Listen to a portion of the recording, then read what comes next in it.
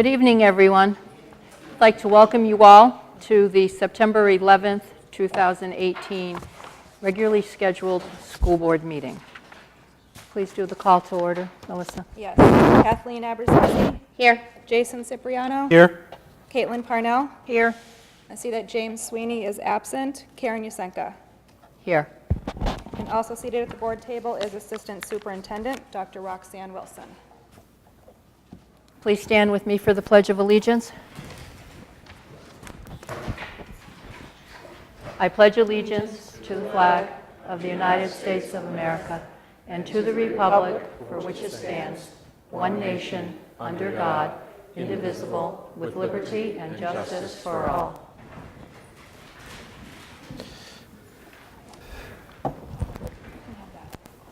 Okay, board members, you have before you two sets of minutes from August 28th, regular minutes and non-public meeting minutes. If you haven't already, would you please take a look at them?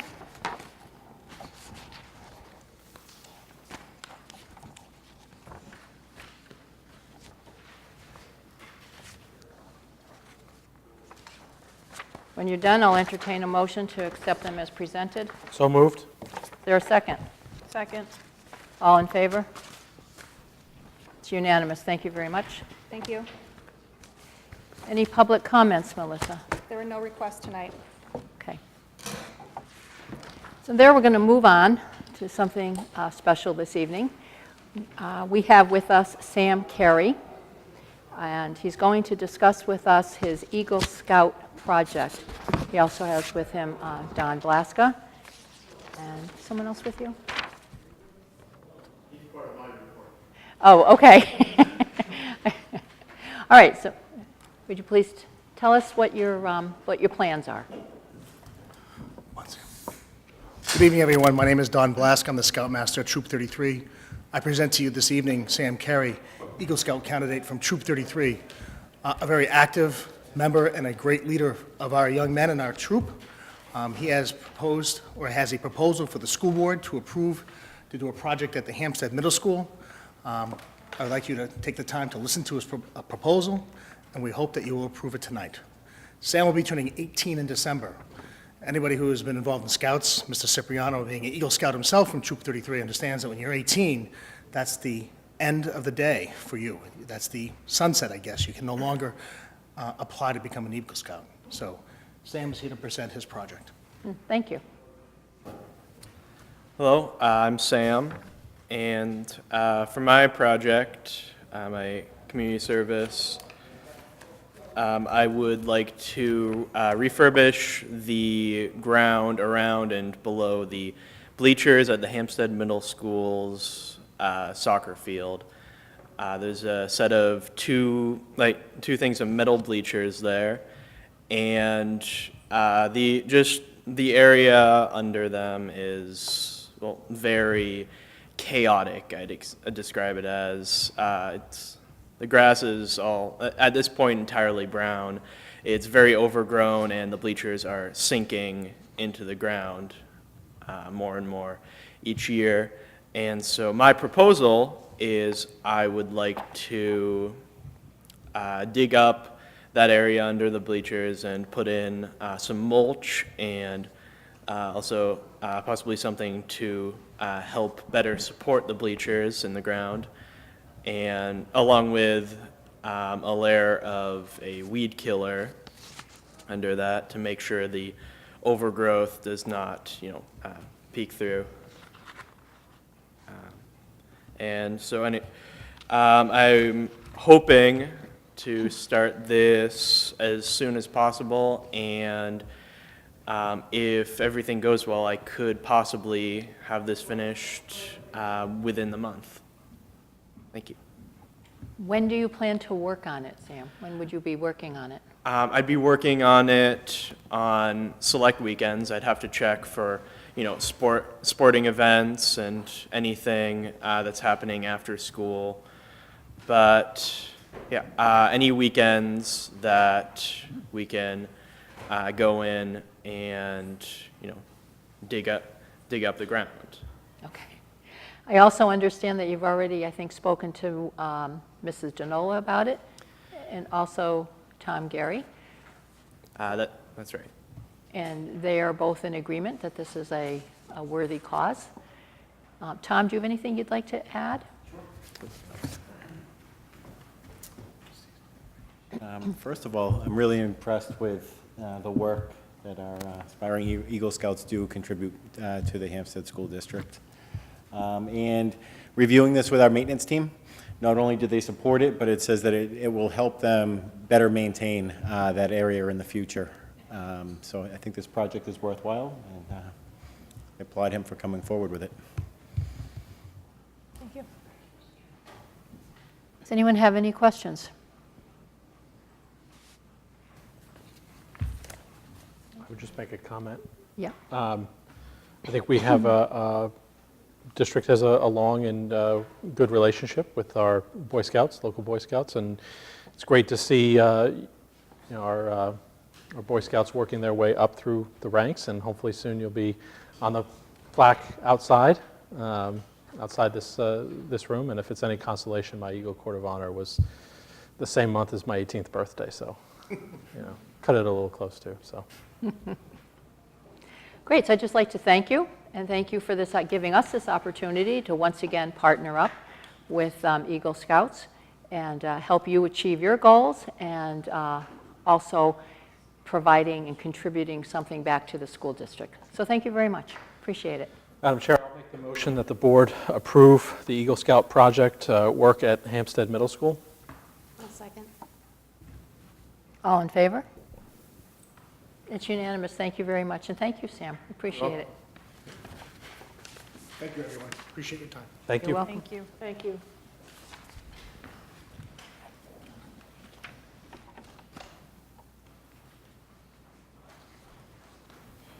Thank you. Have a good night. Next, we have administrators' reports. Mr. Collins.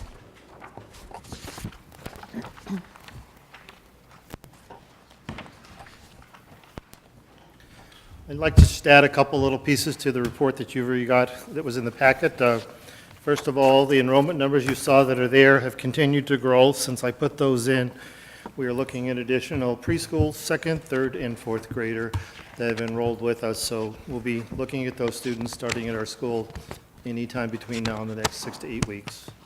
I would like to also point out that we did have a great Read with a Hero today, so I have a list of people I'd like to call out by name that came in were the readers for our students today. We had Chief Joe Bodwin and Alan Freitas from the Hampstead Police Department.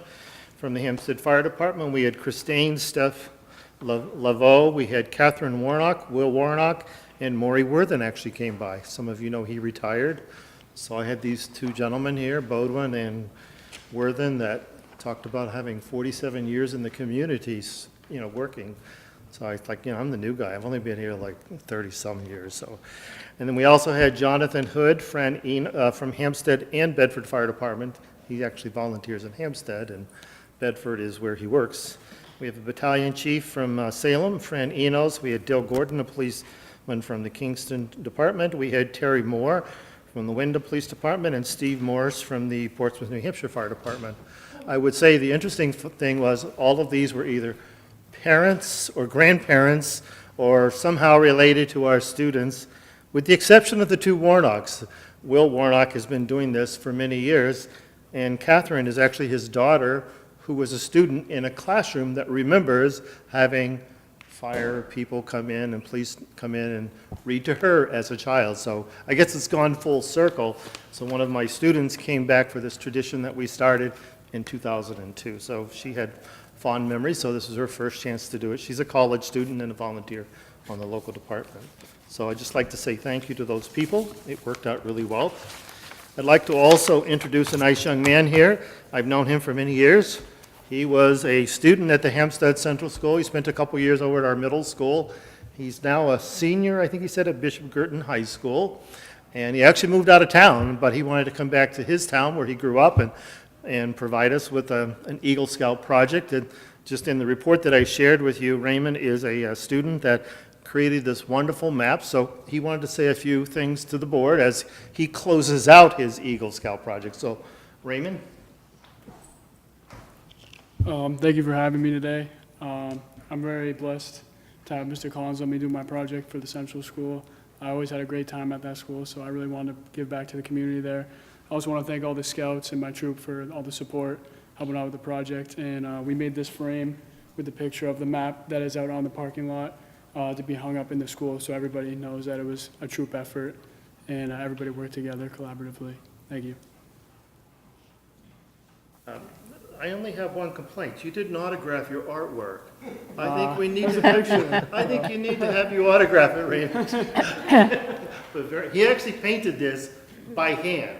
So just to give you an idea of the complexity, he bought this great big grid that helped him with doing it. He didn't do it from absolute memory from fourth grade social studies classes. But the fourth grade teachers are excited because fourth grade social studies actually does a lot about the regions of the United States. So you may see them modify it and sort of color in the regions of the United States. Yeah. So if you've got a fourth grade kid this year and they're out painting in the parking lot, it's because they're adding to your project. But thank you very much, Raymond. Appreciate it. Very well done. Thank you very much. We appreciate it. But thank you. Do you have any other remarks about the opening of school that you'd like to share? Good, bad, or indifferent? Good, bad, or indifferent. An interesting one I would like to say is I've been continuing the conversation with the students since school opened, because there's a couple things that have changed around Central School.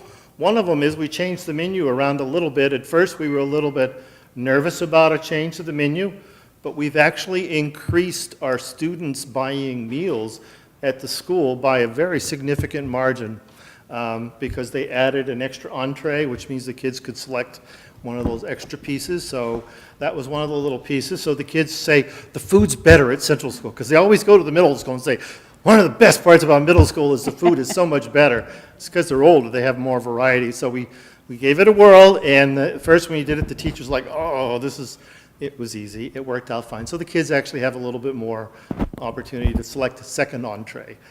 So that worked out really well. Another interesting one is I like to have lunch with some of my third and fourth grade friends today. The conversation was, Mr. Collins, why did you close down that front stairwell? Why can't I go up and down that stairwell? And then I explained to them why we did that. And then I said to them, well, we did it to make you safer. And they said, well, we actually do feel safer. Now we understand why. And then I said, do you know we also brought music in from the portable? And say, we thought that was just something you wanted to do. So we really didn't get into the whole conversation with them. But the kids are happy. I can tell you the staff is happy. I've not heard one parent that have said anything to me like, I'm glad you slowed me down a little bit. It's like, I get it, I understand. So I think the message got out there. So again, I think that was a very good move on many parts. But thank you. Thank you. That's enough? Thank you.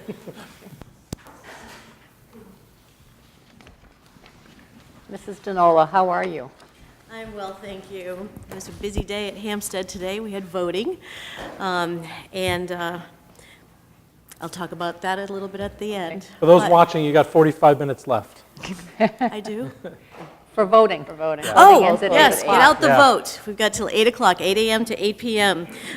Just a quick, we had, I shouldn't say quick, we had a very memorable and nice 9/11 commemoration ceremony today. Our 8th grade students did some very poignant speeches to Lest We Never Forget. We had some musical presentations. I met with all the students beforehand to just give them kind of a feeling of what it felt like to be an American 17 years ago when our skies went silent and we had this threat to entertain and how that changed us as a nation. And they were just very interested in how that shaped us. And I think we do a good job of keeping that alive, even though they weren't even born yet. It's amazing, but I'm proud of my children for keeping it alive. Our athletic update, our sports are in full swing. We had the girls won yesterday in soccer. Our cross-country team is very large, and they are out there running and working it out. Mr. Terrence Crump, one of our dads, who was a very, very busy dad, and he knew of our need of a soccer coach, and it was getting to the day before soccer practice, and he's like, uncle. And he does rec, he works full-time, he's a very involved dad, and he's like, okay, Mrs. Denola, I'll do it. And he's just a great guy. And Mr. Fisher is helping support this, and please come out and support our boy Hawks. The sixth grade is going to see Beauty and the Beast at the Palace Theater, which is part of becoming a trend for us to see literature come alive in this forum. Our reading and writing teachers are talking about the literary elements of understanding the plot, the antagonist, the protagonist theme, and the venture students will be extending this learning by creating and writing fractured fairy tales, so taking what they already know and then changing it up into something else, so this to extend their learning. Our teachers in our faculty meetings and in our principal's leadership team and in grade level teams and curriculum teams, we're working very hard on our action plan that will hold us for the next couple of years, and really focusing on a multi-year project on, well, forever, implementing best instructional strategies that will support the learning of all different levels of learners in the regular classroom setting.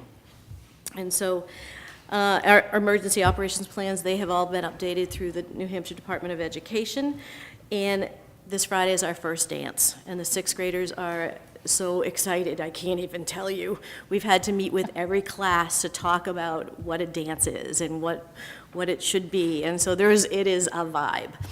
So we went over drop off and pick up and all that with them today, so it should be a fun dance. It's called the Fall Ball, and it's put on by our athletic organization, and they do a really nice job. We have Play for the Cure October 2nd. I know you all know what that is.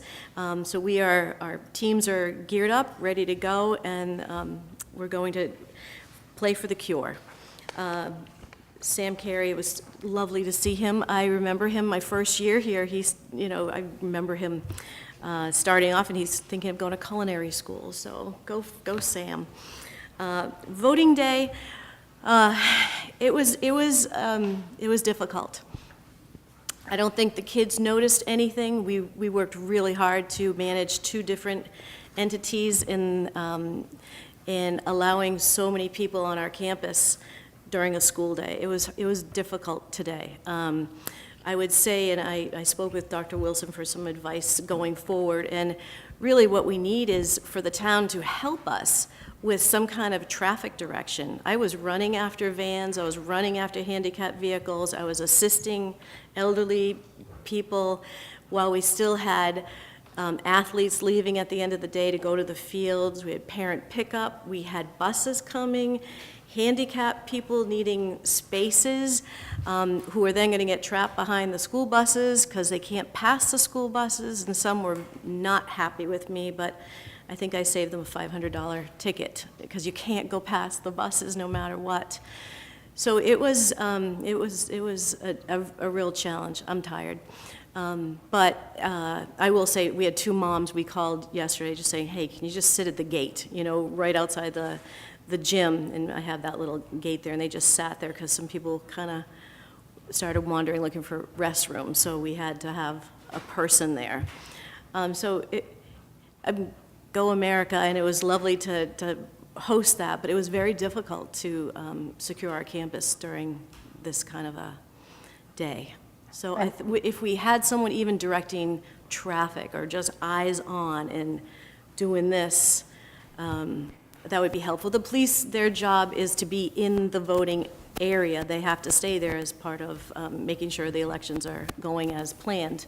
But as far as the operations, we had kids out at recess, and people going by. It was hard, and I wasn't keeping the kids in. They were in yesterday for the rain. They needed to get out and stretch their legs. I know we've had this conversation in the past, and really hadn't come up with a solution to it, but I think it's time to look at it again. And it's like, are we having school on November 6th this year? Yes. Okay, so that's going to be another day that's going to be even more jam-packed than today, I would assume, with that. Oh, yes, midterm elections, yes. I suggested, we need some help from the town. Yeah.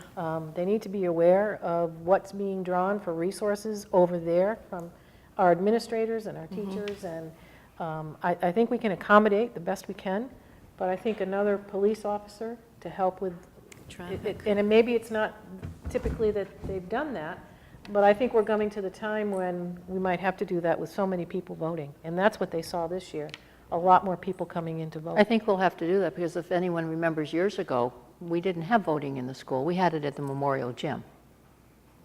Okay, And I that know didn't interfere with the school day at all. So maybe we need to have this conversation with the selectmen and see if we can come up with something that works for everybody. Because listening to you now, that's not how a school day should be run. And it's really interfering with your day and the kids' day. And also, I would imagine it's getting into safety issues. Safety, number one, safety, truly. So, Yeah, I think this is, I mean, you highlighted it, Karen. I mean, we talk about this on I think on a seemingly annual basis, right? We try to balance the, we certainly want to expose our students to the democratic process, and I like the idea that they are exposed to that. And then we also want to make it easy for parents that are already at the schools and there to pick up their kids, drop them off, or whatever. We try to make it easy for them to come in and vote. But, obviously, we need to make sure the students are safe. Yeah. That they're able to get in and out of the building and get on and off the buses, and the buses can get in and out. So I agree, maybe it's just a matter of, Dr. Wilson, talking with the town and seeing what kind of arrangements that we can make in advance. Because I agree, I think the November is going to be even busier than worse. today.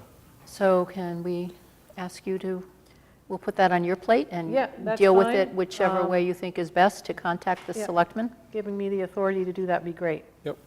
Yeah. And I suspect too, in future years, because I think we're hopeful that we will have an SRO in place, and that'll be a perfect point person for this kind of thing, because they'll understand and be Absolutely. embedded in the Yeah. schools and understand the traffic pattern really well, but also have the police side, and so that'll be a natural sort of fit. They'll know our schedule at Yep. lunchtime, when it was very busy in the voting. That's when we have lunch and recess, and I'm reticent to pull that opportunity for the kids to stretch their legs, and I noticed recess was way down the other side. at Fox Hollow, yes.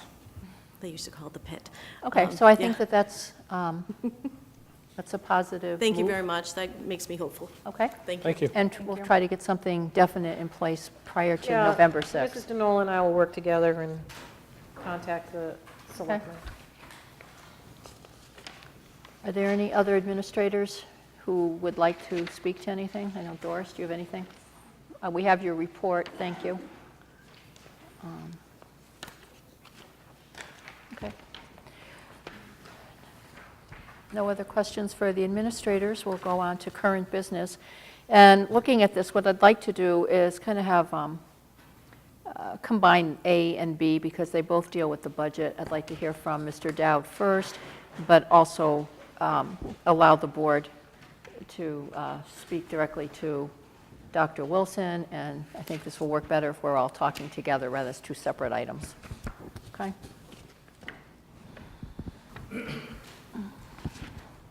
Good evening, Madam Chairman, members of the board. My name is Jeff Dowd. For those who don't know, I am the Business Administrator, Chief Financial Officer at the SAU and Hampstead School District. So the reason for me being here tonight is to, I'll share with you some news, not a lot of news from my office, but we've heard a lot about the kindergarten, kindergarten grants that the state has put forward. Hampstead has been approved preliminarily on an estimate for $45,342. That is an estimate at this point based on current known ADMs. Since that is, and that would be the $1,100 additional for all of our full-day kindergartners, but because that's coming out so early, that's going to be an offset to our taxpayers, an offset to what we will bill the town. So there's really no pickup to the district, but I think it is good news that we qualify. We do have the half-day program, and we do charge for full day, and so there was some ambiguity, uncertainty as to what the intent of the legislature was, and whether districts like ours would actually qualify based on the fact that we do charge some. It seemed that the intent of the legislature was all full-day K programs, even if they did charge, would receive some level of additional reimbursement. So, good for us. On the budget front, you have a budget development schedule in front of you, and typically we kick off the budget process. We have some direction from the board, and we go through, as you can tell, developing the budget process from early September right through October. And as part of that, this year in particular, it would be nice to know if the board has any prerogatives or any directions or any directives for anything you'd like our office or for you as a board to collectively look at for us to consider for budgetary purposes. I don't have a lot of updates as to what to expect.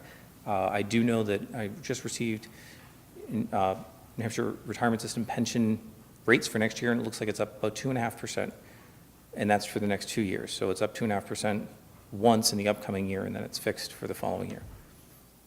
So, sounds fair enough.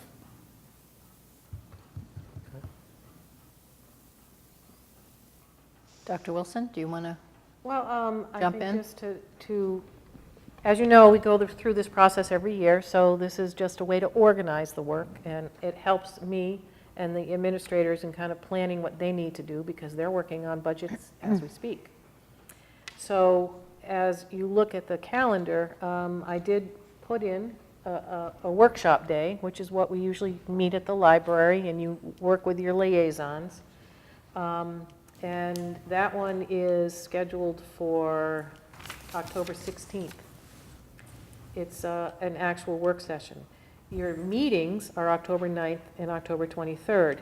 Those meetings should have some type of a budget line item, so you can give us direction on where we want to go, so that we can take that and formulate the budget as well. And then in November, it's review, refinement, getting more feedback, coming in with numbers, actual numbers. We do the district budget usually in December, late November, early December. So we have final numbers hopefully by that December 11th board meeting. Part of this is also Pinkerton and waiting for them to approve their rates, which sometimes can take us right through to Thanksgiving. We don't always get those rates, but we can usually estimate. I think we've been pretty solid on the estimates of Yes. late. I mean, we've been pretty close. Yeah. So. So this is kind of the starting point. If there's any different process, or I think what we've been doing has been working. Yeah, I think the model that we've had over the last several years works well. Okay. I think that there's something I want to ask Mr. Dowd, though. One thing we have to take into consideration, I think, in this budget is, again, what happens if the school doesn't pass again in March? We still have issues with the Hsdsb wing, as we saw this year, because of the poor insulation and the heat issues, the temperature issues, and we're going to have them in the winter in the opposite direction with the cold. So I was wondering if you could check into for us, I don't want to get into detail now, but more on a high-level conversation, check into what some of our options might be. If there's a creative way to kind of tackle the insulation, ventilation issue, perhaps separate from the budget or the addition, or, but not have it as a separate thing. I don't want that. I wouldn't want it on the warrant to have renovation separate from the addition as a whole. But this is not my wheelhouse. Could you check with whomever, the DRA or whatever, and see what we could do to kind of get those numbers to work? Yep, For as a us? contingency, and how it would play out if you put it in the budget and the bond, and your construction project passed at a higher level. I can do that, and I think that certainly is something that would have a significant direct impact on both on learning environments and ultimately on district resources and being able to have properly insulated buildings and, not be wasting any money in that regard, so, good. I think it falls under health issues as well. I mean, I would think that it would be okay to build it in the budget. Obviously, it would be better to get the addition passed and save the taxpayers money doing all of the work that needs to get done. But yeah, I'd be interested to see what it looks like in the budget. And how that would work, yeah. That. I will do that. Any other budget priorities or anything? The other two things that I'm aware of that I want to make sure we have covered either through transferring of funds or, one is the funding of a social worker for the position, and the other is the funding for the SRO.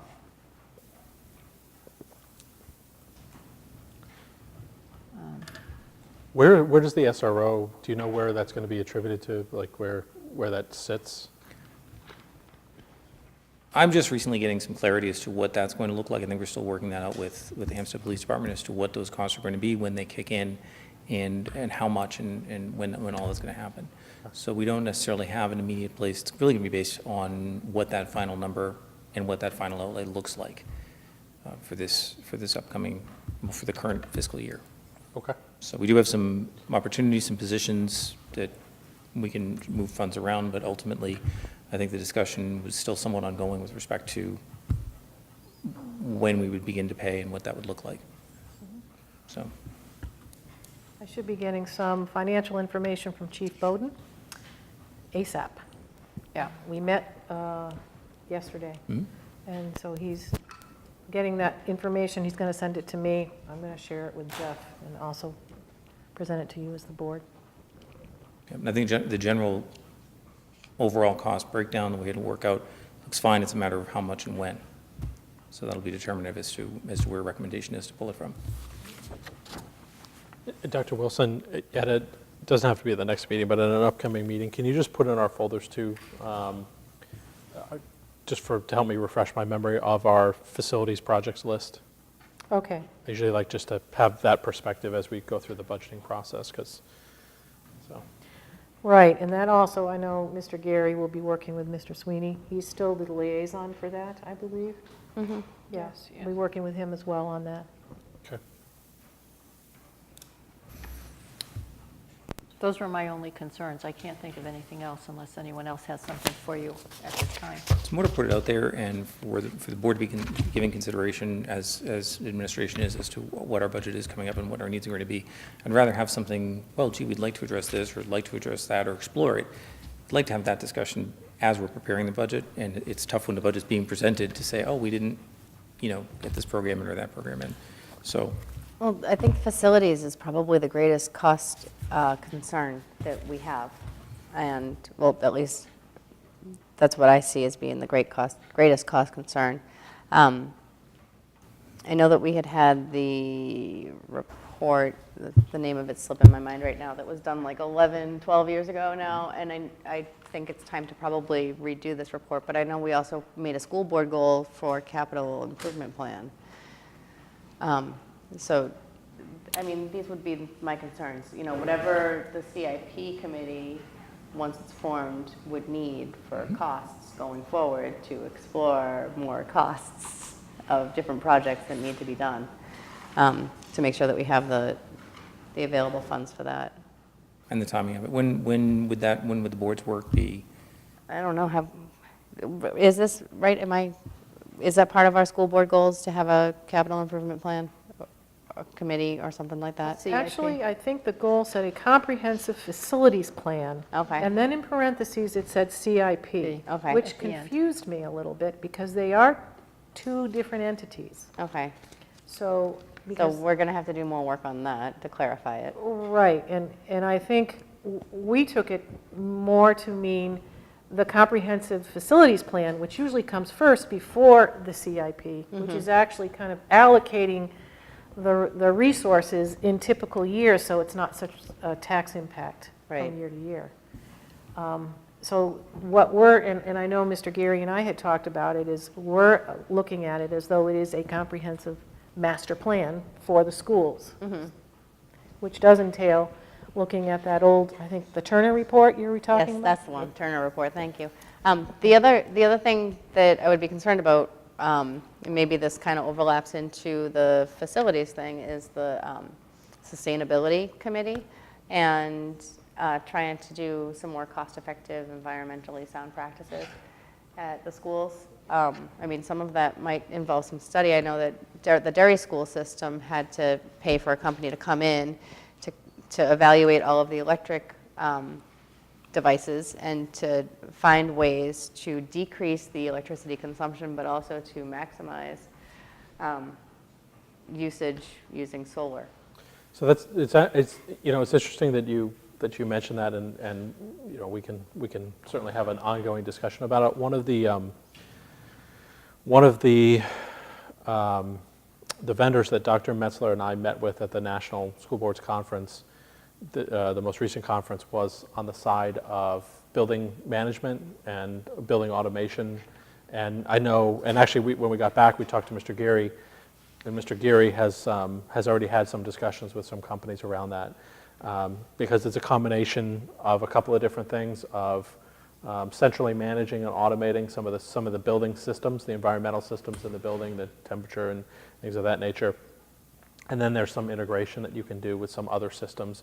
And then there's also looking at, to your point, looking at solar panels, or looking at other means to, or other equipment that potentially could be added. And even if it's not a 100% offset, it's potentially, and we've talked about it as a board a couple of times, looking into it and trying to get a sense of, again, even if it's not 100%, what percent is it? Does it make sense? Is there a return on it, a return on that investment? So I think that's all valid, and I think most of that we've discussed before in terms of wanting to get some of those answers. And having a plan in place would be phenomenal. A lot of the equipment that we've been installing over the years is compatible with your more common building management systems. However, then the question becomes, are the systems that we have serving our needs? So it's sort of a twofold thing. That's why it would be great to have the discussion. I think Pinkerton is actually in year 2 of their upgrade. They're in a multi-year process because they have so many buildings, but I think they're in year 2 of their upgrade process. Mm-hmm.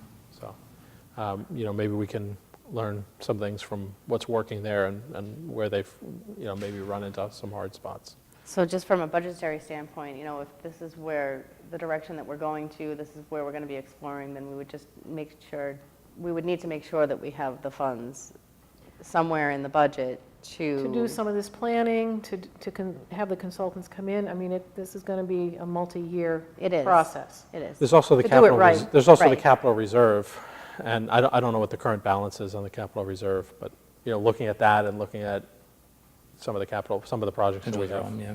And I'll put it out there. I don't know that we're in terrible shape, but one of the more immediate issues that I think became apparent this past year was at the middle school, the pavement heaving up. And what I understand about that is there are a number of layers below it. It's not an easy thing. You can't just go over it. You're going to have to grind it, replace it. But then there are other retrofitting things that go into it. So we have not a lot. We may have some of those bigger projects that might be a prime candidate for, or facilities improvement. So, good stuff. Yeah. So if anything comes up beyond that, just, put it on the radar so that we can give it some consideration and see how it fits into the budget. Okay, sure. Good. Thank you. Very well, thank you. Appreciate it. Yep, we're good.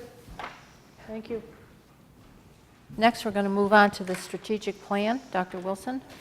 Yes, it's my opportunity. We do this twice a year, and this is really to give the board an update on the work that, the committees and the administrators and the teachers who have been involved in some of these committees have done to address some of the objectives, the goals and objectives. So I don't want to go through each one, but I know that if there's any highlights or any questions, this is my job to keep it in front and center of the administrators and trying to keep this work going. And it's not always easy to continue this work when we're in the midst of all these other things that seem to come up on a day-to-day basis.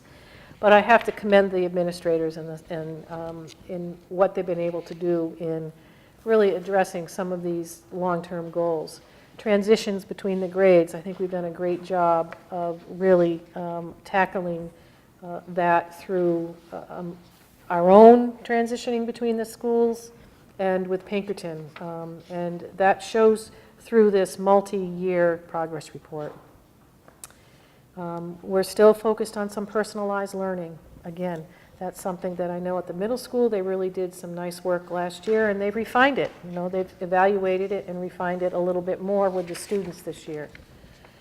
We're looking at refining some of the facilities and strategies for the emotional well-being and the physical safety of the students.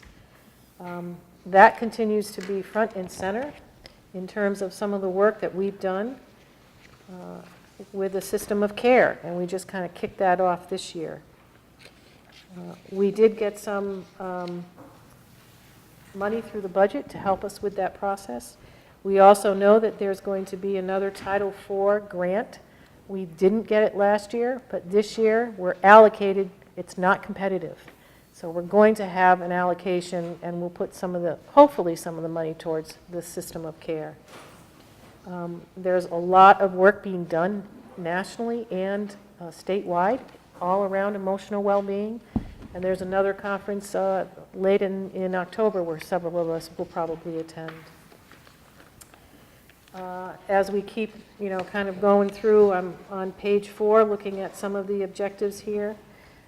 We're still developing our handbooks. We refine them every year to be better informed for our parents and to be clearer in our objectives there. We still run the advisory program, and this year we're doing Title I a little differently, and that comes with some of the evaluation process of looking at trying to touch more kids with interventions, supplemental interventions. I'm just looking at some of the others. We continue to support and to communicate the need for the renovation plan at Central School. It's very much evident this year in terms of what we had to do in order to move all those students into the school, and having to displace special education and move it into the middle school. It's still not perfect at Central School, and we are overcrowded in some of those areas. So I still support it, and I know that the board needs to put it on as an agenda item to have more of a conversation about how to address it next year. Culture and climate. We've been doing an awful lot looking at preparing our students for the future, which does include some of the STEAM activities and the courses that we've run. Bringing in the STEM ambassadors from UNH, bringing in Susan Fitzell, who helps us with our lesson planning for differentiation. I think one of the things that astounded me was when I was doing a little bit of a research that 65% of the kids entering primary school now are going to be in jobs that don't even exist now. And, that's what we're preparing our students for. So all of this connection to problem solving, collaboration, communication, all those skills that are interdisciplinary are very much part of what teachers address on a day-to-day basis. We're going to try the tripod survey this year. Again, that's as a result of some of the goals here. We want to get student voice, and we want to be able to get more of their student voice, which will give them an opportunity to talk about what is it like in the classroom for them. And then the teachers get that feedback, and they choose what they might want to work on. So that information will be done in December. We're going to give you, as part of our process, a presentation on what is tripod and why it's used. So that will be coming probably in November. And then also, just as we go through the process of budgeting, open communication like we've been doing, have the opportunity for all of us to know what it is that our priorities are, and through your goals, and obviously some of the things that we've been working on, which ties into some of the communication pieces that I think we've done a nice job improving. Dr. Dancy has done a great job this summer of improving our website. if you've given him some feedback. I know there's a couple of little edit things I know I've given him. But I think overall, you can find the information faster, you can find the information, it's much more clear. And as well, our internal communication, we work on that every day, whether it be through our Google Classroom and our ability to use our software. The telephone system has certainly helped with teachers and staff being able to know exactly where the calls are coming from. And the comprehensive plan for marketing, you know, I think we did a great job last year of really trying to target some of the messaging, and we'll continue to do that coming through. Any questions on the, that's a lot of details in here, but. Just a question on, I mean, I guess it impacts the personalized learning plans and things of that nature. Dr. Wilson, what are you hearing from the state with regard to competency-based education? What's the latest with that?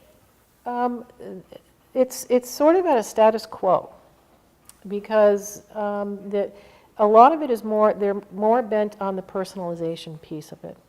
So the work that we're doing around competencies remains pretty stationary, but they're really looking at how to personalize it for students and looking at more flexibility from the department, more flexibility from us being able to meet some student needs. And I know the commissioner is definitely backs a little bit more flexibility in terms of what school looks like for kids. And you know, he's a big proponent for private education as well as public education. But we haven't heard anything else other than, there's no thrust of saying big competency-based education coming from the department. Okay. They are helping to support some performance-based assessments, training going on in the state. So that was present at the last statewide meeting that we had. And so I think they still see this as an opportunity for us to, it's not about seat time, but it's about, you know, the competency and understanding what the learning is, what the outcomes are. Are you hearing anything different? No, and that's why I was curious. The last thing that I read is that they wanted people to be able to come around to it in their own time without any anxieties on it, but that it was the ultimate goal. Something like that. I mean, from my perspective, right, I mean, we had 2 to 3 years of a lot of build-up to it, and there was an expectation that that this thing was a go, and we were all going to jump in, you know, the deep end of the pool and just go, and it seems like that has kind of stopped. Mm-hmm. It has from the department's point of view, but it hasn't, just because we're not jumping on doesn't mean that we're not doing the work. They still support the work, they don't get in the way of the work. But it's also something for, I mean, I know for us, we were looking at more of a hybrid anyway. We were not going to be a pay school. We were not going to be doing some of the things that some of the other schools have built their systems around. You know, we're still pretty traditional here in Hampstead. But yet we do see it is about the competency, it is about mastery, and it is about performance assessments, which is what we're taking out of it for, you know, learning for the future. It's about performing and demonstrating your knowledge and your skill. So. Yeah, I think from my perspective, I think we tend to be, as a board, kind of aligned on this and making sure that we're using the best research-backed curriculum and standards and practices within our schools. And so we do want to remain current, you know, as the research evolves and we look at the ways that students are educated and what best serves them. At the same time, and I think I've brought it up on this board before, and I know I've talked to people about it before, I also have a concern for our educators and the amount of stops and starts that we do in education and over the years. And I've talked about it, you know, just since the year 2000, all of the different theories and programs and things that we've gone through. Goals 2000, No Child Left Behind, Every Student Succeeds, the change over to the Common Core. I mean, just the list goes on and on and on. And And I get concerned about from the educator standpoint of like when we start and then stop and then start and stop, and then it's difficult, and then our students ultimately have a very inconsistent experience because it's on to the next thing and on to the next thing and on to the next thing. Well, what concerns me is the legislation that is driving half of that. Right. And that seems to be on and on and on. And one of the things that passed this year is, which concerns me in terms of what the outcomes are going to be, is in our ESSA plan, for state accountability, we could meet accountability, one or the other performance indicators. Now you have to meet both. And there was some assumption that perhaps meeting both performance plus participation, you might see 40% of the schools in improvement. Yeah. Going right back to where we were when it was No Child Left Behind. So, we will see, because it's going to be a new era in terms of performance assessments. Right, and my concern was this idea of growth, right? Right. And it's I'm thankful that we're a high-performing district, that we tend to and our scores kind of bear this out in terms of where we fall within the state, but that also means that we may have less growth than a district that didn't score quite as well. And I said that when as that was starting to get talked about, that was one of my concerns, is that how are they going to look at a district like Hampstead and how we perform? Right. So. Well, and those are all the things that we have to kind of figure out as the legislation is enacted, and then the guidance that comes from the Department of Ed, which can be sometimes 3 months, 4 months after the inaction date. Yep. So we don't always get the best information going forward, and we have to figure it out ourselves, which is live free or die in New Hampshire. We all know that, right? Local control. But we do the best we can in terms of our regional collaborators meeting and saying, well, all right, what have you heard? How do we work this through? A huge example is the data security law that was passed. I think House Bill, is it 1612?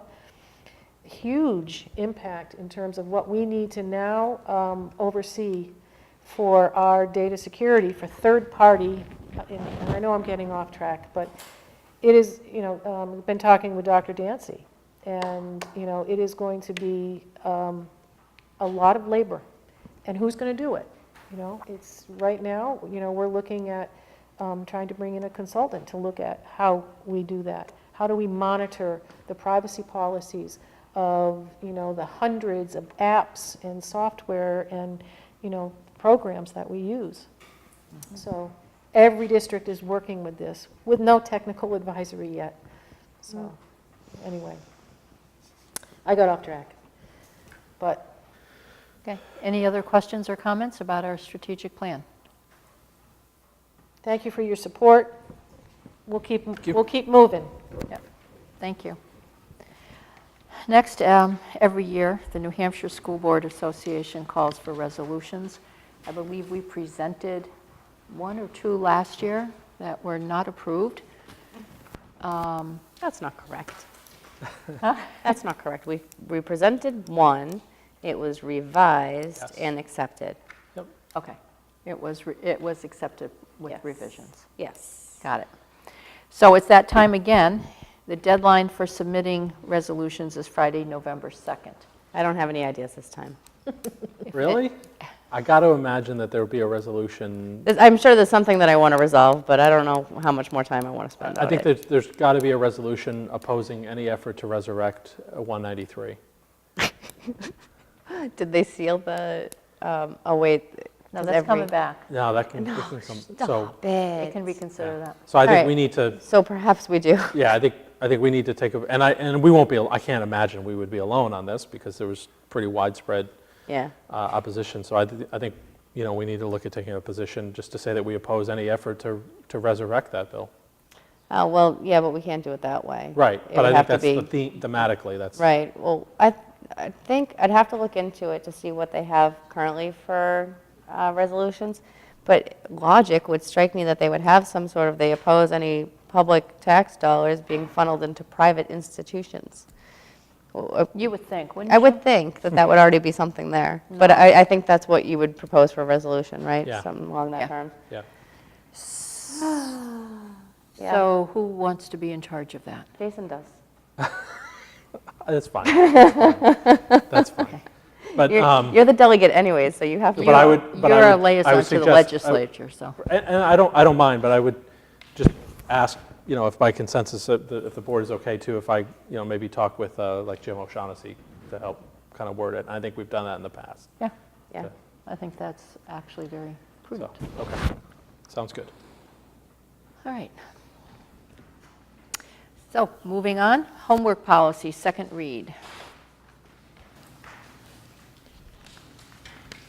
Do you remember the first read? We had a lengthy discussion, removing a lot of support for it and asked that it be presented really as what the policy is, rather than justifications for the policy. This is very streamlined. It's exactly what we're offering, we expect to offer. It also, under ED 306141A1, we do have to have a sentence or two relating it to the grading procedure. So that's why you see the last paragraph. The administrators and I are still putting the finishing touches on the procedures. We're pretty much almost done based on this approval. And I think we're ready to go for training. So we feel pretty good about the clarity of what we're doing and the information we need to give to staff. I don't see any grade 6 to 8, that their child may be excused from homework assignments. They will notify the teacher. Because its participation is expected. It's expected, and it's part of the 6 through 7 through 8 program. All right. If there's it an says- extenuating circumstance, they can always call. But Right. it isn't going to be what we talked about is that piece is really the grades 3 through 5, and the 6 through 8 is expected school business. So the way that it's written, it says, in grades 6 to 8, homework participation and completion is expected. Nightly homework is not required, and homework will only be assigned when it is purposeful and meaningful. So the nightly homework is not required part is based on, from the teacher's perspective. That's right. So the teacher is not required to assign nightly homework. So I think we need to clarify that statement a bit so that it's not confused and negates the previous statement. But also, just to give you a little bit of community feedback, is the parents really liked the idea of having it be optional, because the children are typically involved, the students are typically involved in many different after-school activities. Not to say that those activities are more important than their academics, but what is important is the balance between family time, exercise, academics, whatever home responsibilities that they may have, pets, chores, what have you. I mean, something to alleviate the load of stress that are on our students to achieve perfection. So I was under the impression that any parent would be able to request being excused from homework for their students, regardless of the grade. I know that most of the arguments were put towards the K to 6 level, and I think that we've found some sort of a middle ground with this policy. So maybe if we just write something in there, if there's any extenuating circumstances with homework. I mean, it's our Content. practice now. It's the practice, but sometimes it needs Yeah. to be written, because sometimes, people will read it, and you may think it's implied because you're the Right. superintendent and you're so involved in the schools, but a new parent from the district would read it as, okay, they don't have to do homework in this grade, okay, this grade I just contact their teacher, but this grade, oh no, they absolutely have to do it. And that's when, they're in adolescence and they start, testing their limits and the waters of the parent relationship, because this is a normal part of development. And when really the parent-child bond needs to be the strongest during adolescence. Now you're putting a homework wedge in there. You know, and we're trying to raise healthy kids. So, Well, I'm not putting the homework wedge in there, no. no, But, well, no, I don't mean you Yes, I know. personally, but but I think this is, and, you know, weigh in, the rest of the board, is, this was our continuum of, but in 6th, 7th, and 8th, it is required, it's not done nightly. It's either 60 or 70 or 80 minutes in total. And at the it- most. At the most, At yeah, the in most. total. And it is going to be factored into their work habits, feedback, grade, whatever the point value is on the report card. So it's not factored into their performance grade of A, B, C, D, that type of thing. It's not factored into that, but it is factored into the work habits. So that's a major shift for this district, because some teachers are factoring it into the grade. Okay, I have a question with how you're going to do that, and I understand that's on your procedure side, not the policy side. Right. Okay, but if it's not, the grade's not going to be, if the homework's not going to be figured in for a grade, you say it's going to be figured in for effort or work habits? 6th, 7th, and 8th, it is factored into the work habits. In grades 3 through 5, it probably isn't going to be factored in at all, because there's no way to know who's participating, who's not participating. You can't penalize someone who's not participating in homework. So what feedback do we give? We don't. So through the procedures, I think the procedures, we're looking at making sure that this is at, the feedback on work habits is going to be 6th, 7th, and 8th. Okay, but that should be, I would think, that would be feedback on work habits happening in the classroom, not homework. Because No. I can think of so many cases, you have a homework assignment.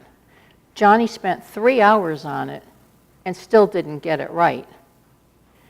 Tom spent half an hour on it and got it all done perfectly, 100%. So who spent more effort on that? I don't understand how homework translates into defining what effort is, or an effort grade on the report card. Well, and I don't like the term effort grade either, so that work habits to me is a better indicator. But I think it's a matter of, if there's an assignment, was it completed? Now, if the completion is one thing, accuracy is another. You know, how well was it done? Did it meet the standard? I mean, everything is pretty much spelled out. If it's an assignment, here's the standard. Here's the standard for an A, a B, a C, or a D. But you said it's not going to be for grades, so it's not No, going to be it's A, B, not. C, or D. So it's only for whatever's on that report card, effort. But That's the homework, effort, right? right. No, well, it will be called work habits. So the report card's going to change, and it's going to say work Yes. habits. Yes, it is. So it's going to say work habits at home. No, it's going to have work habits of prepare, you know, what are the work habits that are important? And I haven't seen the version, but what are the work habits that we're trying to instill on for the students here in school? And being prepared, you know, communication, working together, collaborating, completing assignments. And that's the feedback that we're trying to give parents as well, in terms of what the students are doing with their schoolwork. I see what you're saying, but I can't, and it's just me, I can't agree with it because I think it's flawed. I don't see how work that's done at home can then be translated into your work habits, because you don't know what their work habits are. What they're doing at home, you don't know if mom or dad's doing it, or if they've looked up the answers on, you know, they Googled it and found the answers. I just don't think it's a reliable way to assess someone's work habits. It's not a whole separate indicator that's reported on. It's a collection of these items, and there's a rubric assigned with it. But those are the procedures of where we would give the feedback.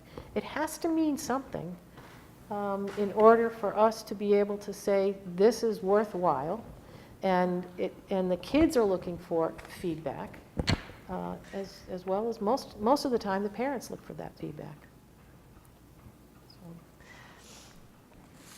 Can I ask Caitlin? about, talking about feedback? Because I do think, I think you're making a good point. But I think we do have to hold them accountable to some extent, because we do have to start getting them ready for the high school level of homework, wherein it is counting for their grades. So I'm trying to figure out what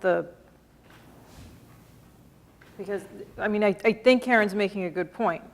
You're actually talking about homework habits, not schoolwork habits, which is where we're talking about the work. I think this is getting fuzzy.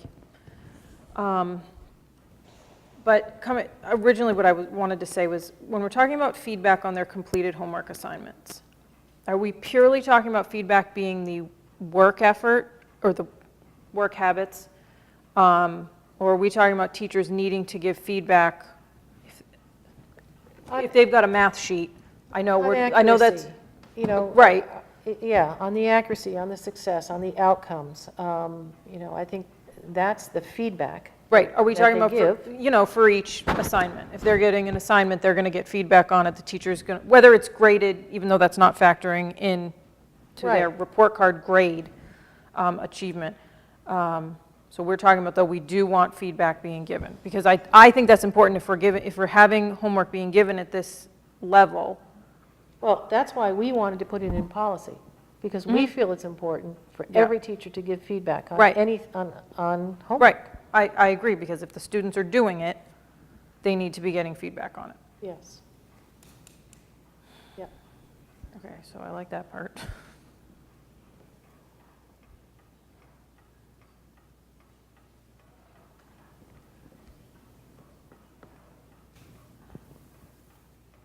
Well, we can still, this policy can still stand, and we can work through some of the procedure.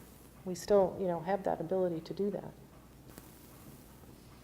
And it says, because it doesn't say anywhere in this policy that homework is going to count differently in 6th, 7th, and 8th grade.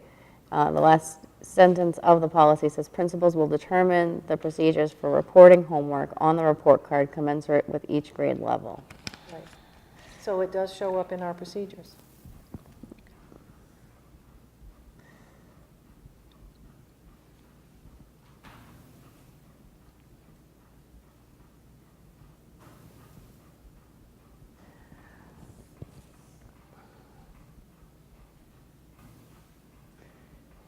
We have any comments from our administrators or principals, since you're mentioned in here, that you'll be determining the procedures?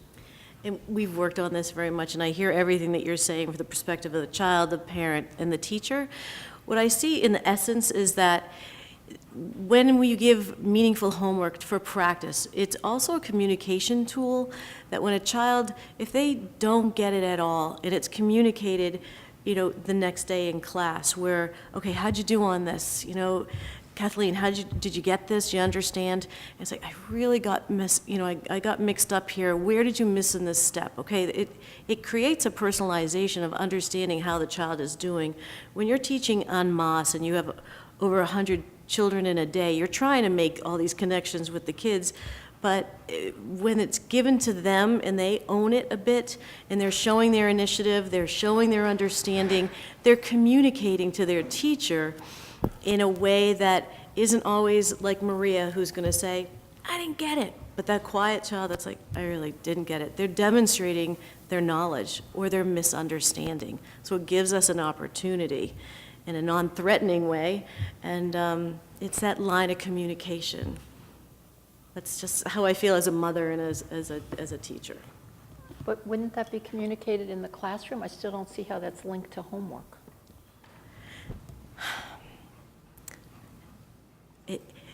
Just that classroom time is so short. You know, we're at under 50 minutes for every class period. The kids have 8 classes in a day, you know, the core, the UA.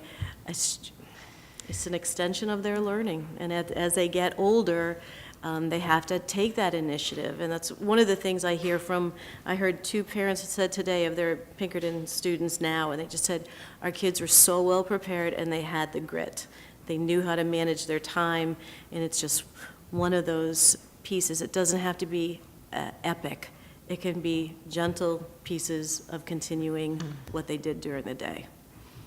You know, I will tell you, from the perspective of being at high school for so many years as a teacher and as an administrator, looking at what we assign at the middle school level is very manageable. And our teachers are pretty compassionate about the weekends, vacations, and these are the things that came to our discussion, discussing this. So I think from the perspective of the grit, time management, taking responsibility, and communicating with their teacher what they got and what they didn't get, so we can adjust our instruction accordingly. Sorry. I mean, thank you for your, thank you, but I still don't believe that the whole time management thing, but okay. You know, we went through that. We went through that at the meetings. And, you know, originally, I think, you know, the board had said even to that committee that we were looking at homework or not from grades K through 6. And then somewhere along the line, those grades got shifted. So there's nothing in 3 through 5, which actually the directive would have said in grades 3 through 6, which would have left 7 and 8 for homework participation, just the last 2. So a lot of things changed, but Well, I don't know. But I just don't understand how homework becomes a work habit grade. I mean, if you really want to give a child a grade in his work habits, I would think the best place that would take place is in the classroom. The teacher is there, she's present, she sees the work that's being done. I don't see how you can take something that's being done outside of school. You don't know how much help the child had or didn't have, how much time they spent or didn't spend, and then put that on a report card as their work habit. To me, that's just a big disconnect. I don't see how you can do that. We've been doing it for years. And I think that's That's not a good answer. Well, let me finish. We have been giving feedback the wrong way.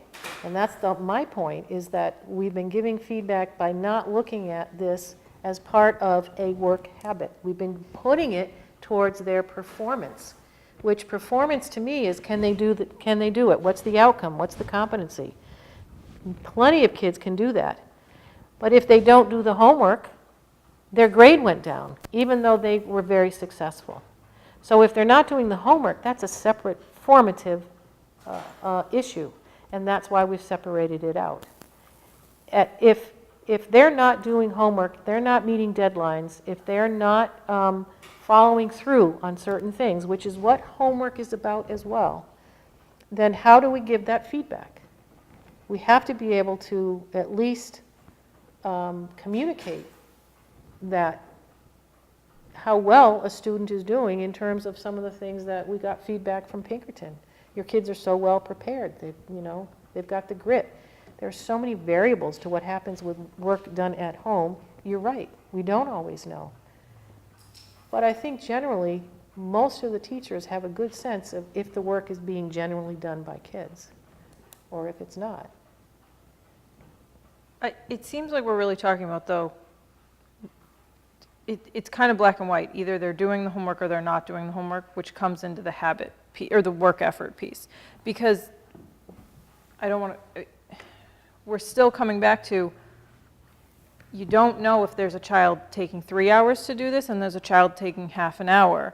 So I guess, I feel like it's a little subjective of the way that they would be given this grade. The only measurement we're having of homework. And I mean, I'm talking about 6th, 7th, and 8th at this point. I think that's where we're focusing on at this point.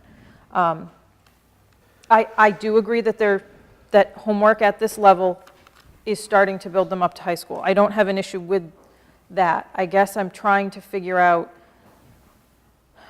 this grading perspective of it. Well, and a lot of it is based on rubrics. And since the rubrics don't exist right now, and that's part of what our procedure needs to do, we need, because this is kind of a new way of looking at it, we have to be able to build that in. And we're still working on it. So that's one reason why we said the procedures for reporting are going to be commensurate with each grade. And pretty much right now, there's nothing on the report card for K through 2, and there's nothing going to be reported on it from 3 through 5. But 6 through 8, we do want to report something, and it has to be connected to the rubrics that we've got set up. What if we just called it homework and it was either I don't know, like a pass or fail type thing? Like either they did their homework or they didn't do their homework, and that was that. I mean, it's not a percentage, right? It's not a percentage of the grade. It's not a percentage of the grade. So what if you just called it homework? And what do we use for our terminology? It's not pass or fail, but it's Well, I mean, if you could it's let needs us, improvement and meets expectations. yeah. And generally, it's meets expectation or not. We generally have that as part of a lot of different rubrics that we have. Right, but I mean, I think the disconnect is in calling it work ethic or whatever we're calling it. Work habits. The point is that their work habits really are displayed in the classroom, and homework is just homework. I would agree with that. All right, so And I know we that's have the something procedure called, side, to appreciate what you're doing. You have something reported that has work habits, that's associated with work habits at school, and then you have something completely separate called homework. Exactly. I think that's, to me, and I'm totally coming from a layman perspective, there's no way to gauge the amount of effort or the work habits that are being put in at home, besides if they finish it or if they don't finish it. Yeah, I mean, they might come from a home with like 6 kids, and like you got like kids running everywhere and Nerf gun fights in the background, and they're sitting at the table trying to do their homework, and yeah, I mean, you just don't know how much went into it. I mean, I'm willing to look at that as a way to do it. I personally don't care for grading and giving feedback on effort. I really don't. I think it's more about, do they do it? And are they participating? Are they completing their homework? Are they trying? And maybe a trying for one student is 1 or 2 examples, and for someone else it might be all 6. So, but that's what the teachers appreciate because they know each child in their classroom. Right, and I think that a teacher, even if you would have a student who's doing 2 of the problems, they can still do that pass. They know that this child puts in the effort, so they put that in the pass rather than, if somebody doesn't turn it in or something. Right. I just think it could be subjective, and that's hard for students as well, looking at a work habit grade or Right. level, So when that might change between teachers. So that way the teacher gets the feedback, the student gets the practice. There's no stress involved as far as GPAs and that sort of thing, and they're allowed to be kids and students. So I think in terms of the policy itself, I think what we're talking about is the procedure. We can factor that in the procedure. But what I'm hearing is you want something about extenuating circumstances for that grades 6 through 8, that parents can let teachers know of extenuating circumstances when students are unable to do the homework. Right, like, Is if that a what parent, if a parent writes a note or something saying, hey, we had 6 hours of dance rehearsal, and I'm sorry, they didn't do their math homework. I wasn't going to push it. I would add just a couple of comments here. This board has been looking at this policy now for over a year. We've had committees and we've seen it a couple of times. And it's clear to me, there's still confusion on this board.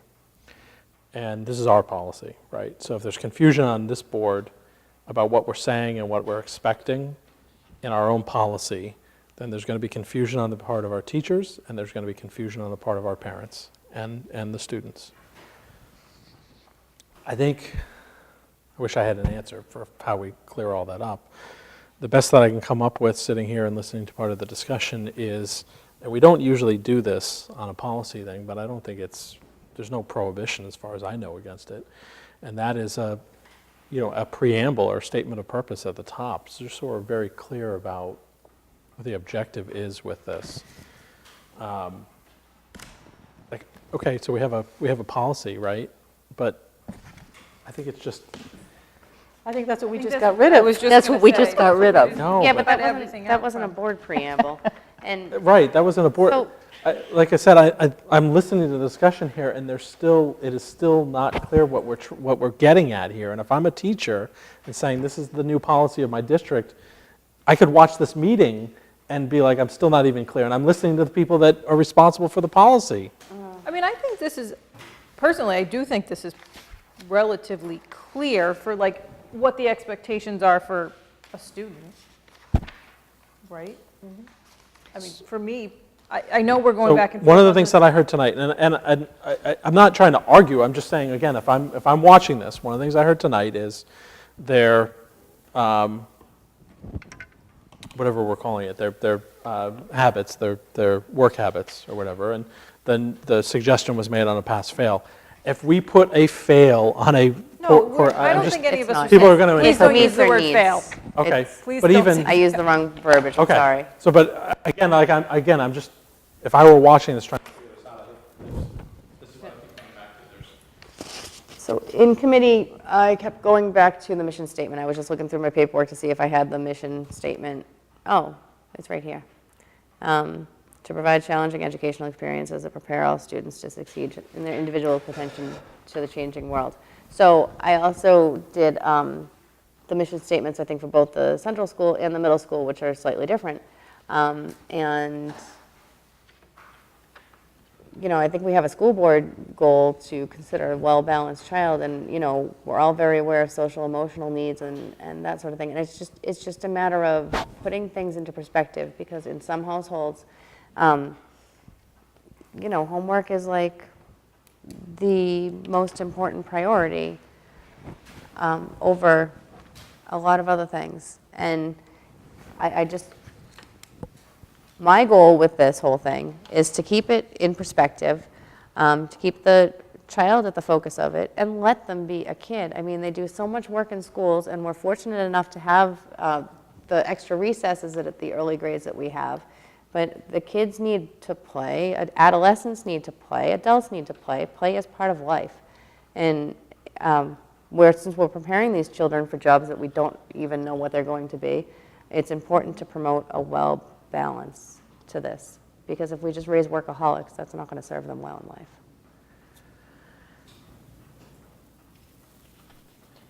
I think we have tried to meet the expectations and the goal of the board here. We have streamlined this considerably. I think it's clearer this way, the way that we have it worded here. Our procedures spell it out even more in terms of what the expectations are. We're working on that in order to be a little bit more precise with teachers and to be able to explain it isn't about the homework. It's about the learning. And that's what we're learning about all of this. I have shifted my position. I have shifted some of my thinking. And it's not easy for those of us who have been in the field for 40 years. But I appreciate, the board looking at this. But in no means do I think that this is going to be setting up families for challenges because of homework. We're not doing it on Fridays. We don't do it before a holiday. We don't have, long-term projects are going to look a lot different.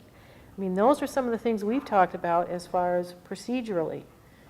Not grading it, huge difference in change. So we have moved, and I think, both Dillard and Maria have moved their thinking as well. And this has taken some shift.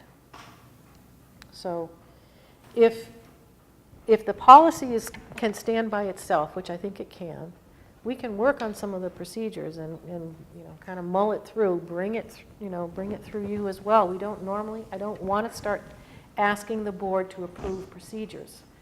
But I do want your input, because this is an important matter. My only concern with this is, and I'm just going to reemphasize it, it's just the way that it's worded, where it says homework participation and completion is expected, nightly homework is not required. Just, can we put something in there? I don't know. Nightly homework is not required. Well, I was going to say something like, teachers are not required to assign nightly homework. There you go, that works. That's And clear? homework, yeah. Okay. What did you change it to? Teachers are not required to assign nightly homework. We're trying to get to the sense that, when we were going to school, we had to do homework every night. It's not about doing it every night.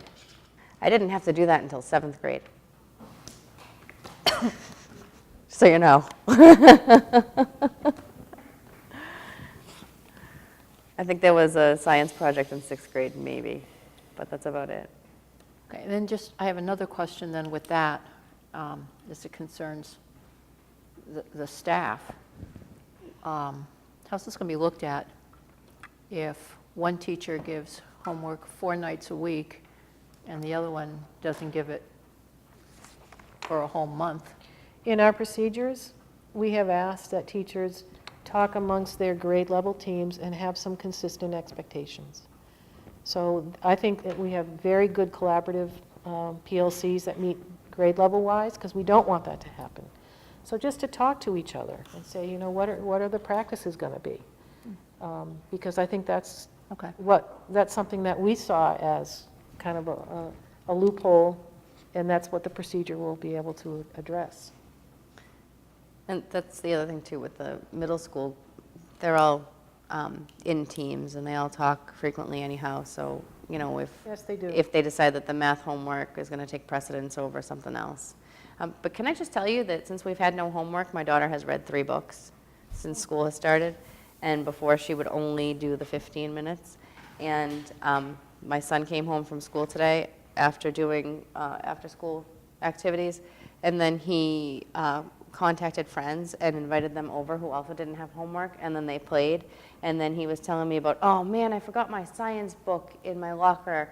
We got our science books today and it looked so interesting. I asked if I could take it home and read the whole thing, because he's not being told that he has to. He's making the choice.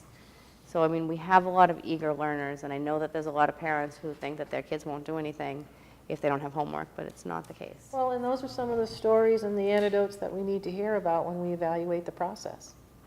Because, I think that's important. And my daughter is so upset with me because she's in 4th grade, and she says, why is it just the 2nd graders? I had to do homework in 2nd grade. I'm like, yes, but you saved them. You saved the rest of them. Okay, so the 2 changes you're going to put on is the one we just mentioned that Kathleen said teachers are not required. You're going to change that wording to teachers are not required. Teachers are not required to assign nightly homework. Okay, and at the end, there's going to be a sentence about extenuating circumstances? Yeah, parents who have extenuating circumstances, concerning their child's homework will contact the teacher.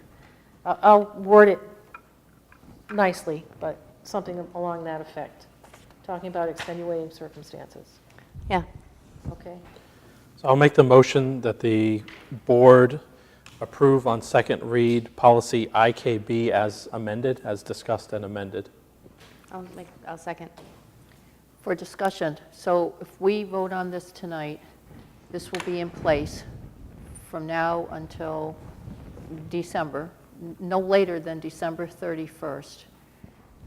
There will be a report to the board on how this particular policy is working for teachers, kids, and parents. Is that right? Yep. Well, this is going to be in place until you decide it's not. So. Okay. Did we vote? He made the motion. I seconded. Okay, so now we're calling for a vote to accept policy code IKB with the 2 revisions that were made this evening. All in favor? Thank you. Appreciate it.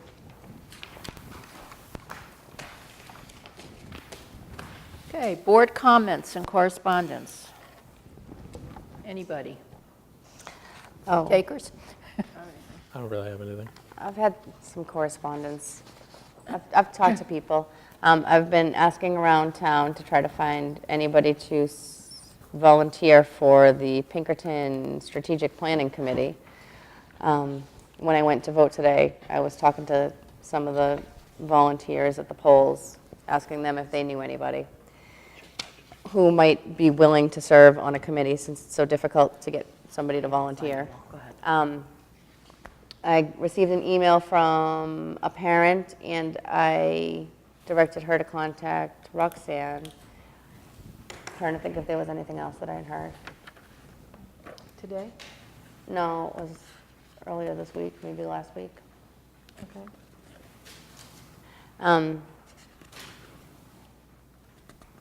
Yeah. Other than that, over the summer, I did get to see the beginning of the Eagle Scout painting project. I stared at it for quite a long time, and I was like, I think that's New England. Because it was just the beginning of the project.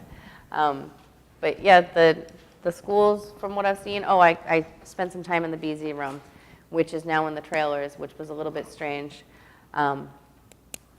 But anyhow, from what I've seen of the schools, they're all looking good to me. And from what I've been hearing from the kids, school's going really well. So that's all I got. Jason? I don't have anything Caitlin? this time. I don't have anything.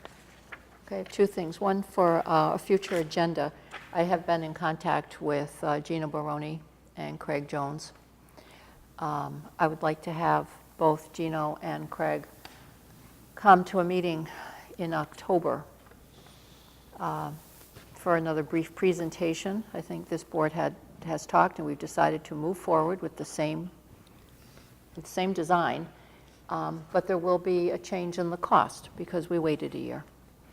So we're going to hear what that cost would be and see the design again, so we can get this moving. So whatever the agendas look like, if you would let me know Yeah. I'll which give you a one, call. and I'll contact them so they can be here.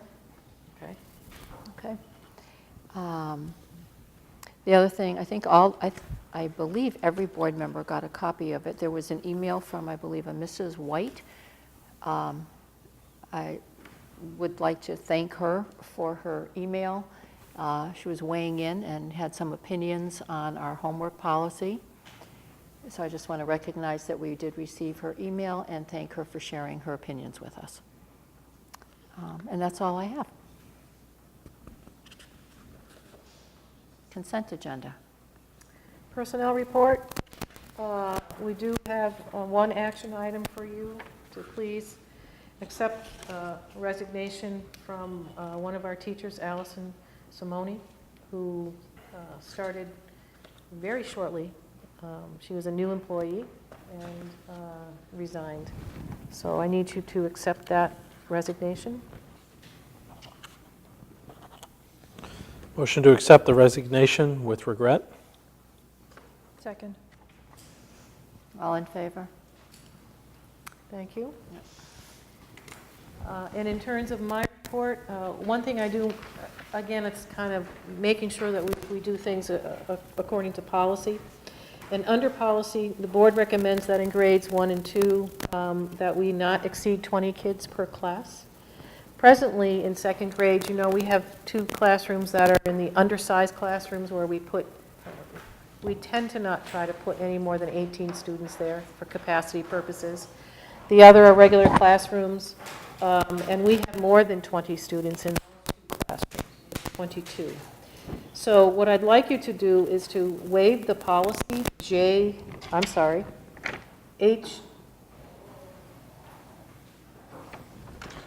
what is that? IIB. I can read that.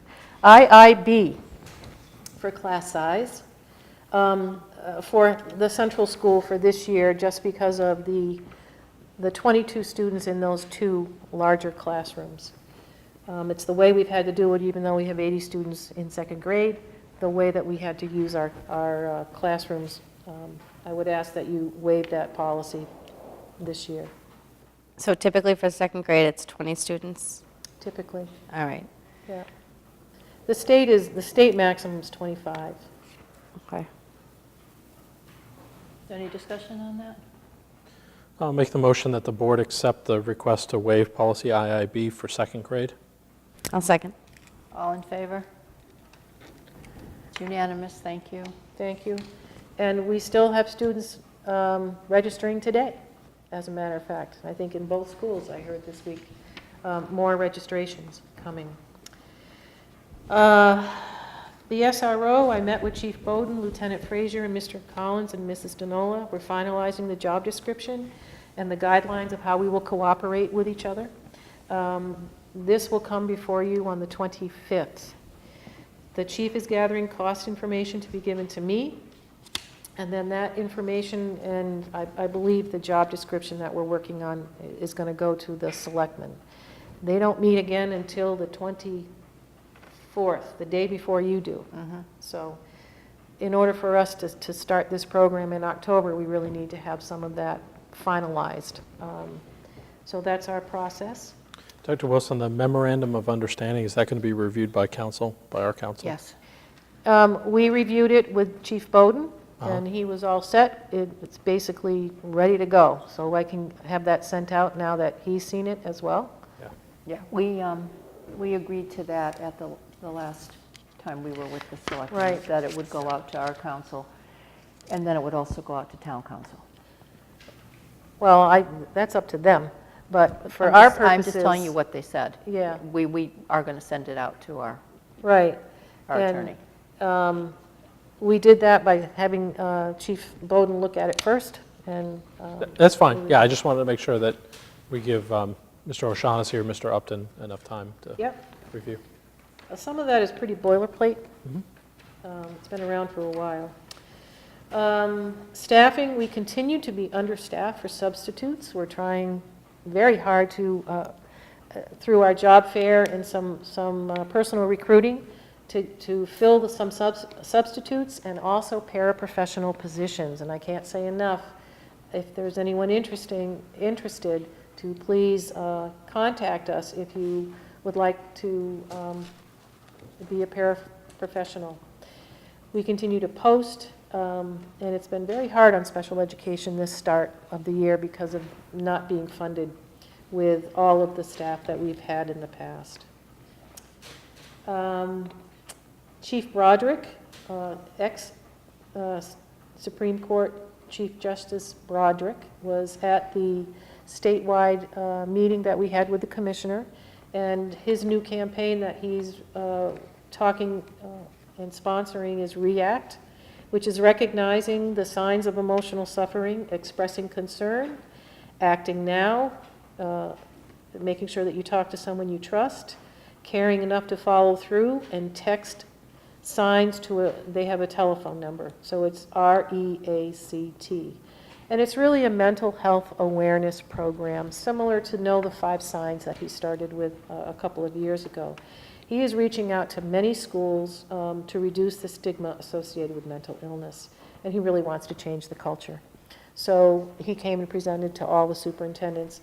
And knowing the work that he's done in the past, he is a wonderful spokesperson and is a big draw.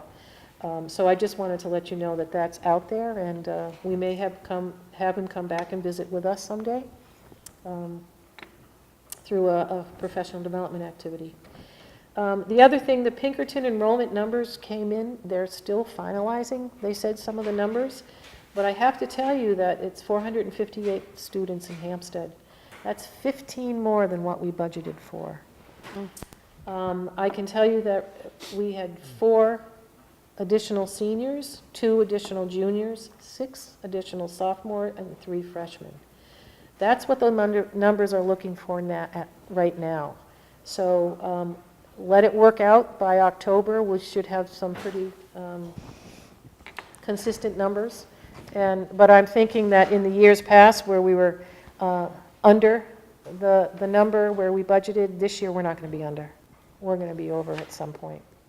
So I just wanted you to be aware. Are we going to have to transfer funds to cover the tuition? Yes, we are. I believe we are, yep. So that'll come in another time when, I just got this today and just talked to Jeff. Okay. So we were looking at our numbers there as well. So we do have some places where we're going to have to massage the budget because of these new items that have come through. Yep. And, you know, it's been a great couple of weeks, and again, thanks to the administrators and directors, because they're working overtime, making sure that everything's copacetic for all the kids. Motion to accept the consent agenda? Second? All in favor? It's unanimous, thank you. Any other business or old business to come before the board? No? And there is no non-public? No? Therefore, I am calling this meeting adjourned at 8:42. Thank you, Have a everyone. good evening, everyone. Thank you, Cable. Check the results of the vote. Yeah. Whenever it begins.